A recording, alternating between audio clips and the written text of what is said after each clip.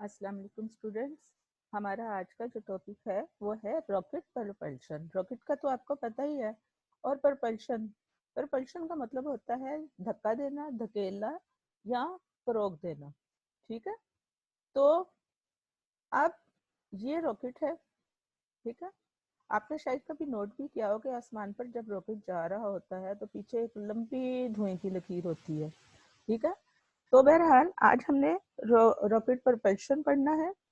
अब rocket propulsion के जो बेसिक प्रिंसिपल में मोमेंटम और Newton's third law of motion involve होते हैं, यानी force two forces are equal but in opposite direction. This is Newton's third law of motion. Now, और जो Newton second law of motion है उसकी एक फॉर्म ये भी है कि rate of change of momentum equals to force. ये सब कुछ हम पढ़ चुके हैं जब मैंने आपको law of conservation of momentum का आर्टिकल कराया है उसमें। ठीक है, अब आज हमने पढ़ना है रॉकेट। ठीक है, तो प्रिंसिपल मैंने आपको बता दिया। अब हम प्रोपल्शन पढ़ेंगे कि रॉकेट कैसे आगे को जाता है। ठीक है, सो rockets move by expelling burning gases through engines at their rear. The ignited fuel, ignited होता है भड़कता हुआ फ्यूल जो है, turns to a high pressure gas which is expelled with extremely high velocity from the rocket engine. ठीक है, अब वो जब इंजन जो है वो जो है इग्निटेड फ्यूल जो है वो गैसेस प्रोड्यूस करता है। ठीक है, हाई प्रेशर गैसेस, और वो रॉकेट के पीछे से हाई वेलोसिटी के साथ निकलती हैं। The rocket gains momentum equal to momentum of the gas expelled from the engine but in opposite direction. इसको अंडरलाइन कर लीजिए क्योंकि ये आपका एमसीक्यू भी है। The rocket engines continue to expel gases after the rocket has begun moving, and hence rocket continuously gain, hence rocket continues to gain more and more momentum. So instead of traveling at steady speed, the rocket gets faster and faster, faster and faster, so long the engines are operating. इसको भी underline कर लीजिए। ठीक है, instead of travelling at steady speed the rocket gets faster and faster. ठीक है, next, ये पूरी लाइन आप अंडरलाइन यहाँ तक कर लें। So long the engines are operating, इसमें से 2 एमसीक्यूज बन सकते हैं। ठीक हो गया, आगे है fuel.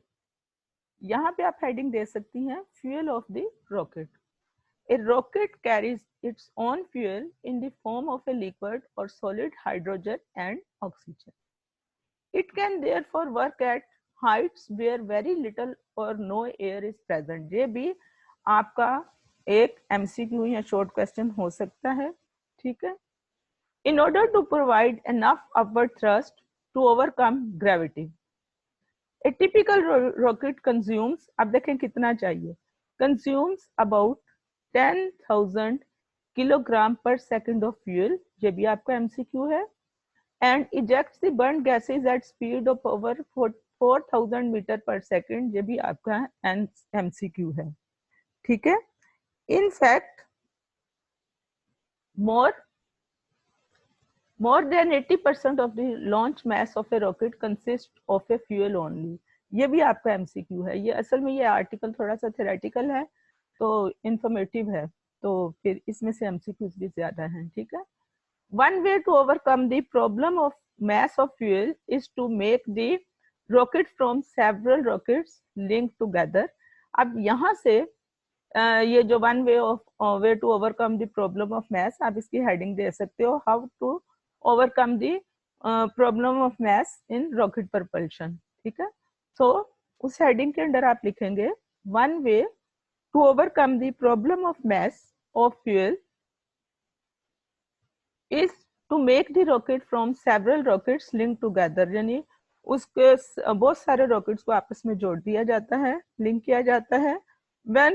when one rocket has done its job, it is discarded, leaving others to carry the spacecraft further up ever greater speed. ठीक हो गया, यानी एक तरीका ये भी है। अब जरा आप देखें इस साइड पे, ये फिगर के नीचे मैंने आपको पहले भी बताया था कि यहाँ से आपको बहुत सी इंफॉर्मेशन मिल जाती है जो आप अपने नोट्स में ऐड कर सकते हैं। तो चले मैं रीड करती हूँ, देखें ये कितनी अच्छी इंफॉर्मेशन है। Fuel and oxygen mix in the combustion chamber, hot gases exhaust the chamber at a very high velocity. The gain in momentum of the gas equals the gain in momentum of the rocket. ये भी आपका एक MCQ है, underline कर लीजिए। The gain in momentum of the gas equals the gain in momentum of the rocket. The gas and rocket push against each other and move in opposite directions. ये भी आपका एक MCQ है। और ये आप जहां आपने ये वाला पैराग्राफ मैंने आपको कराया है इसमें ऐड कर लीजिएगा अपने नोट्स में, ठीक है। अब हमने एक्सेलरेशन ऑफ रॉकेट निकालना है, तो ये जो लास्ट वाला पैराग्राफ है इसके ऊपर आप एक्सेलरेशन ऑफ रॉकेट की हेडिंग दे दें।